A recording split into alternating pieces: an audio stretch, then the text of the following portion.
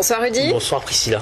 Et l'actualité sportive, c'est bien sûr l'équipe de France, mais d'abord on part au centre Robert-Louis-Dreyfus. Ouais, pour l'Olympique de Marseille, les Olympiens qui ont repris le travail aujourd'hui. Le rendez-vous était donné à 17 h à la commanderie. Bien sûr, tout cela s'est fait sans les internationaux ni certains joueurs dont devrait se passer Marcelo Bielsa la saison prochaine. Ils ne reviendront donc que début juillet à l'entraînement, comme serait le cas par exemple pour Rod Fanny, et cette reprise s'est faite sans l'entraîneur argentin qui n'arrivera à Marseille que mardi prochain puisqu'il est revenu en Amérique du Sud pour des raisons personnelles.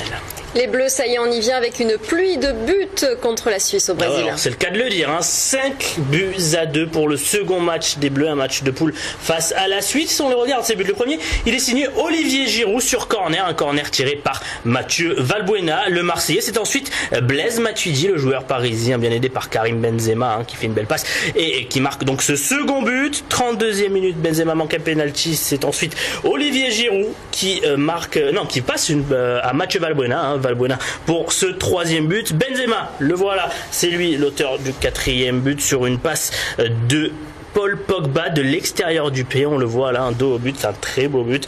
72e, c'est Sissoko qui va lui aussi de son but, tant qu'à faire, le 4e. Le voilà, Azembi pour les Suisses, réduire la marque, mais ça ne suffira pas. Sur coup franc, on le voit, ce beau coup franc, Lloris qui s'allonge, mais pas assez. Et Xhaka, lui aussi, réduira encore une fois la marque pour les Suisses, mais là aussi, ça ne suffira pas à ces Helvètes pour remporter ce match, puisque les Bleus s'imposent 5 buts à 2. Ils sont presque qualifiés, sauf cataclysme, pour les 8e de finale, et ça, c'est une excellente nouvelle. Les Bleus toujours, mais en rugby cette fois. Le 15 de France qui continue sa tournée en Océanie avec un 3e match contre les Wallabies australiens. Les deux premiers s'étaient soldés par de cuisantes défaites, 50-23 et 6-0. Cette fois-ci, Philippe Saint-André a choisi de faire des changements dans son équipe, histoire de relancer la machine, et cela va profiter au Montpellierin Fulgence Ouedraogo. 2 changements. Fulgence qui rentre en 3e ligne parce qu'on a le sentiment que des fois on a eu du mal un petit peu collé au ballon sur des solutions positives offensives. Et Hugo Bonneva qui rentre et qui peut nous amener sa vitesse et son punch. Et puis après Fulgence, il est comme Yannick Nyanga, il nous donne une solution supplémentaire au niveau de la touche.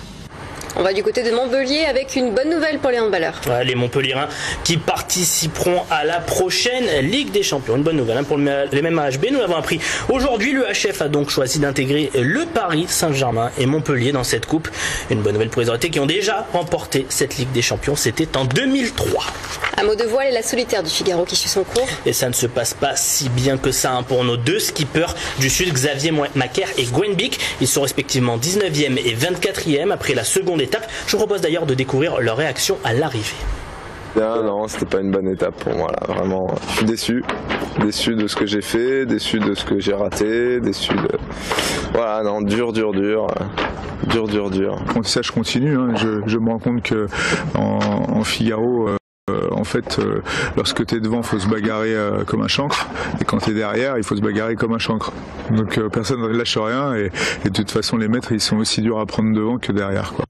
À Marseille, c'est la Soche Freestyle Cup. Vous l'avez bien dit, c'est bien précis. Cette compétition dédiée au sport de glisse. Et aujourd'hui, nous sommes partis à la rencontre de Vincent Materon, un jeune Marseillais de 16 ans à peine, qui figure parmi les meilleurs espoirs français. Pour la petite histoire, ce Vincent Materon, je l'avais vu le rider à la Soche il y a 3 ans, et c'était assez impressionnant. Je vous laisse découvrir son portrait. C'est signé Barbara Tornambé et Kevin Loisif. Du haut de ses 16 ans, Vincent Materon est bourré d'ambition, mais surtout de talent.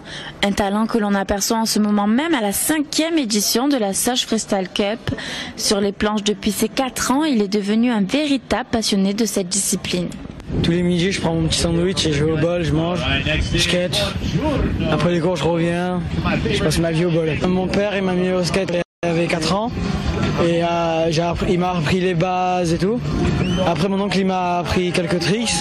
Et après j'ai appris des tricks tout seul, avec mes potes. Et s'il est aujourd'hui l'un des meilleurs skateurs de France, c'est sûrement grâce à son père, malgré le fait que ce sport ne lui était pas destiné. D'abord, c'était parce qu'il y avait un manque de vagues. À la limite, on fait du surf, et ici le surf en Méditerranée, c'est assez compliqué. Donc on est parti sur du skateboard. Même si Vincent veut remporter cette compétition où il est chez lui, il va falloir convaincre le jury. En ce qui concerne le public, c'est déjà le cas. Il y a le petit skateur français là, qui a l'air tout jeune, je crois qu'il a 16 ans, un truc comme ça. Il est plein de style et tout, puis on sent qu'il s'éclate sur le skate et tout. Puis bon, vu qu'il est français, forcément c'est vers lui que va la préférence. Le jeune Marseillais a désormais les cartes en main pour réaliser son rêve, devenir professionnel. Une fois n'est pas coutume, et je sais que vous aimez ça, Rudy, on parle de football américain. Ouais, j'aime ça, et surtout quand c'est à Aix-en-Provence. Les Argos qui sont déjà assurés de monter en première division, mais ce samedi, ils disputeront la finale du championnat de France de D2 face aux Spartiates d'Amiens. Ce sera à 18h au stade Carcassonne d'Aix-en-Provence. L'avant-match, c'est signé Axel Blutaimovic. Finir sur une bonne note avant de retrouver la première division. Voilà l'objectif des Argonautes d'Aix-en-Provence. Après 2 années de disette passées en division 2, les Argonautes retrouveront l'élite au terme d'une saison sans faute. Avant de disputer leur dernier match samedi face à Amiens, les Aixois sont confiants. On a 12 victoires pour l'instant, on a déjà validé la remontée en élite et c'est un peu la cerise sur le gâteau, quoi. Un titre de champion, c'est toujours intéressant, donc assez excité, ouais.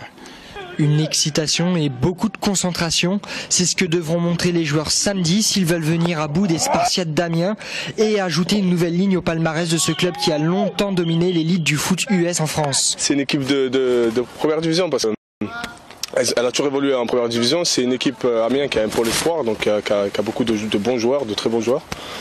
Ça va être un match de première division samedi. Si les Argonautes affichent une force tranquille, le coach veille à une rigueur de chaque instant, une rigidité sur laquelle s'appuie un esprit d'équipe et une cohésion de groupe. Pendant le match, il peut y avoir une décision arbitrale qui prend 10 minutes. Quand elle est finie, tu as oublié que tu joues un match, tu pars de l'autre côté, non? Le travail d'équipe, c'est-à-dire la solidarité, l'abnégation, le don de soi pour le coéquipier, voilà, savoir qu'on peut compter sur l'autre autant qu'il peut compter sur moi, et c'est ce qui prévaut dans cette équipe depuis le début de l'année, quoi.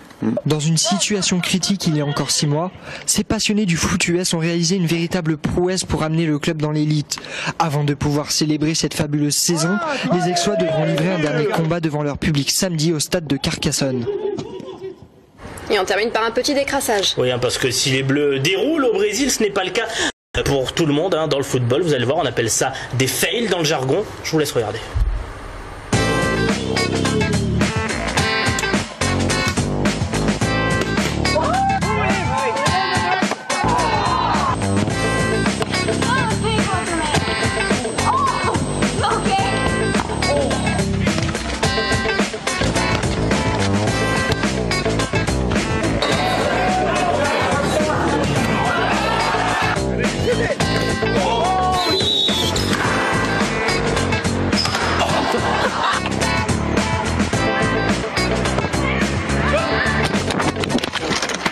De bien belles images, en effet. Merci beaucoup, C'est pas Rudy. mal, je vous en prie, Priscilla.